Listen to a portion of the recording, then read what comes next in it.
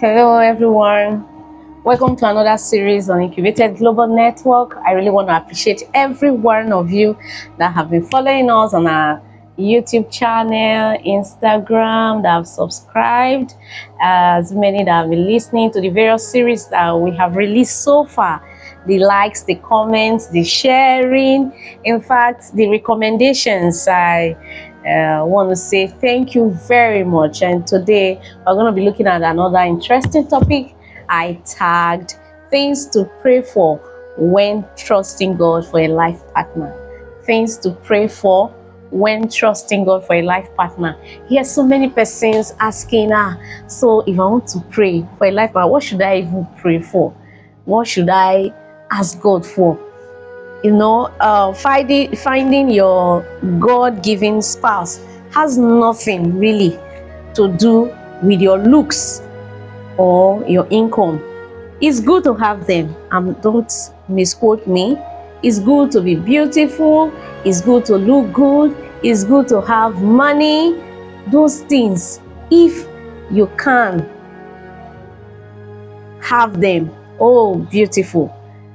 But in the spiritual world, they are of little or no consequence when it comes to the issue of having a life partner. They are of little or no significance. It's the spiritual insight, like we are going to share here today, that counts. You need to work on your character and not just your beauty or stature. So there is need, because some can even say, is there really need to pray? When time come for marriage, someone will marry, isn't it? There are things to pray for, and there are things to pray about in choosing or making a decision of who to marry or who you want to make as your life partner. And quickly, one of the tips that I'm going to share has to do with discernment. And if you look at the book of Genesis chapter 24 verses 27, at your own time, when you are free, go through the whole of that chapter 24 of Genesis and you understand better this topic. When Abraham was to take a wife for Isaac, he didn't trivialize it. It was a thing that he saw to be very important, and he prayed. And even his servant that he sent on the errand to go and get a wife for his son also took that same character from his master Abraham by praying to God to order his steps. And so that brings us to the first topic, or the first tip of what to pray for is prayer for discernment. Let God pour out on you the ability to discern, that when you see that person, you will know that this is the person without being confused. So you need to really pray for discernment. Even if you watch the life of so many persons in scriptures, they trusted God for direction. They trusted God to give them the ability to discern that, this is the right person. And when Adam woke up from that deep sleep and saw Eve, he knew immediately that this is the bone of my bone and the flesh of my flesh. Some may think, you have to test run from A to B to C to D before you can actually make up your mind or know that indeed this is your life partner. No, you really don't need to go round and round before you know, if you pray God to give you that spirit of discernment. So that's one thing you should pray for. So if you are listening to me out there and you are yet to marry, you're already thinking in that direction or in that line, I want you to pick it up. Pray that the Lord will grant you the grace to discern the right person to marry, because if you don't marry the right person, you won't enjoy marriage. So it is very important. And number two, quickly, is to locate a companion as desired by God. It is dangerous when you marry an enemy. A companion is someone that cares about your growth, someone that helps you to achieve greater heights, that want your betterment, that will not destroy you, that will not compete with you. So a companion is someone that will do everything to ensure that you are safe, to ensure that you make progress, to ensure that you get the best of yourself. So it is important. The number 2 prayer point that you should pray in trusting God as to who to marry or who to choose is a prayer to locate a companion, a friend, because God made marriage for companionship. Every other thing is added, just added blessings. So companionship, someone that you can freely gist with, someone that you can freely laugh with, not everything formal, everything anger, everything frustration. No, someone that is indeed a friend. That is number 2 prayer that you should make. And number 3, pray for a partner that knows and fears God. This cannot be overemphasized. If you marry a man or a woman that doesn't know God, you are doomed. Because that person can do anything.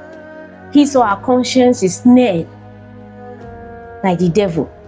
But if you marry someone that knows God, you marry someone that fears God, I can tell you that if the person wants to even step out of boundary, he will caution himself or herself.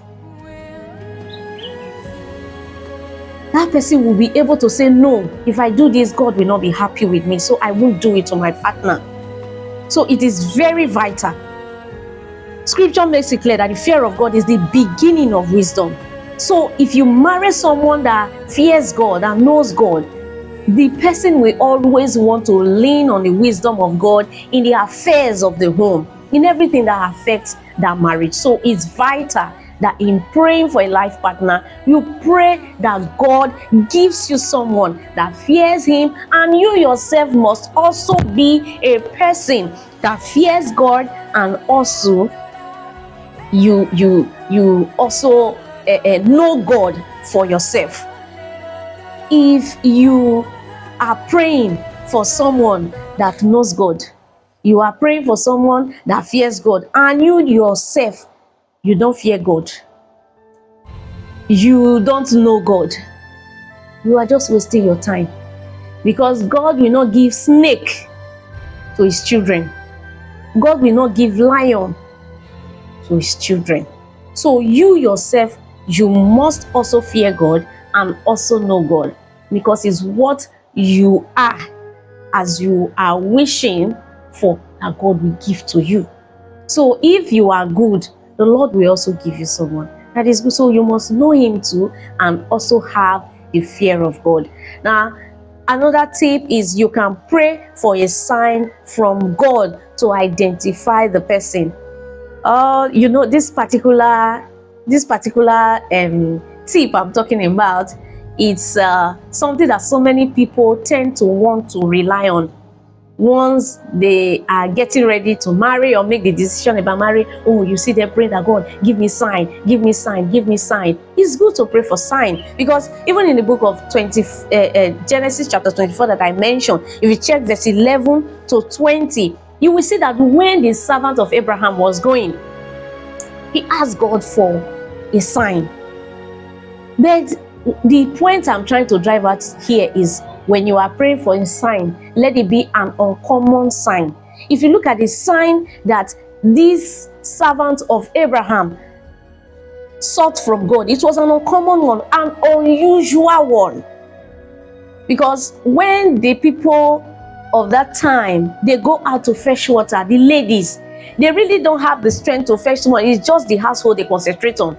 The men are the ones that takes the sheep out, the goats or the rams that they are rearing, they take them out and feed them and give them water. That is not the duty of the women at that time. All the women just do is to fetch their jar of water for the home keeping, for cooking, and just for the maintenance of the home. And here is Abraham's servant. He asked the Lord for a sign that is uncommon. He said, I want a lady, if the Lord has mercy on me as He does on my servant, this is the sign I want. The person that is actually the true wife of my master's son, let her come here. not just fetch her own water. When I request of her that I want water, not only for myself and even for my flock, she will oblige me. And immediately he finished the request, she came in, she walked in, and he requested her of the water, not just for himself, but even also for his flocks. And she, without stress, only I was, don't worry, let me fetch, I will fetch for you, I'll fetch for your flock. And she did all that. And he smiled to himself, this is unusual. Because the best you could do there is either to plead with her, please let me use your bucket to fetch water and feed my flock. If she likes, she may say, okay, no problem, let me wait, you do that. But she did it herself. Uncommon sign. Some of you will say, I'm praying for sign. You will pray that, God, as I'm sleeping tonight, if this guy coming around is the right person, let him wear a pink shirt. I want to see him wearing a pink shirt in my dream. Anybody can have a pink shirt. Anybody can buy a yellow shirt. Anybody can be on a particular color. Those are not common signs, are not uncommon signs. Look for uncommon signs, signs that are rare, signs that are beyond human imaginations or comprehensions. So pray for signs, then make sure that there are signs that are uncommon, so that you can get a clear direction, a clear demarcation, a clear understanding of where the Lord is leading you to. Some may even say, oh, in my dream, I want to dream, I want to dream.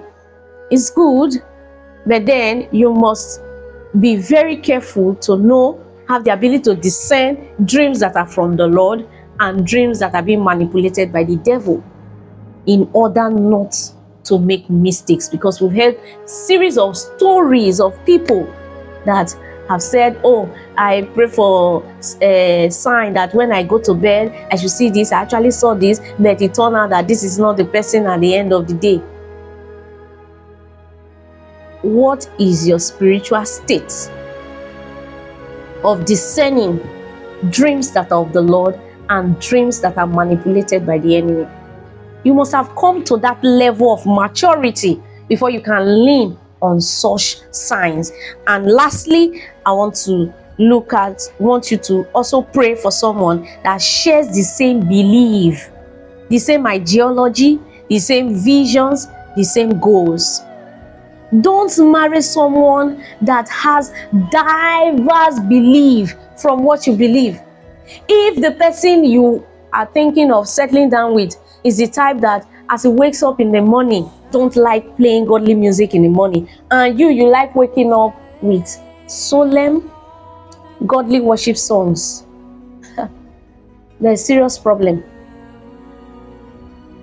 The one that is powerful will have to succumb to the other, and this may bring a whole lot of fracas in the home, or even lead to unhealthy competition. So you must meet or agree to move with someone that has the same belief system with you. Don't marry someone that doesn't believe in, has divergent view on either you are celebrating Christmas or you are not celebrating Christmas, you are celebrating Easter or you don't celebrate Christmas. You beliefs that bring a lot of arguments and quarrel in the home. You must avoid it. So know that you need to pray for someone that has the same ideology, the same belief system, the same vision, and the same goal.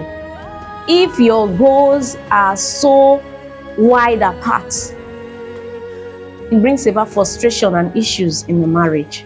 So I hope that these 5 tips meet you well and help you.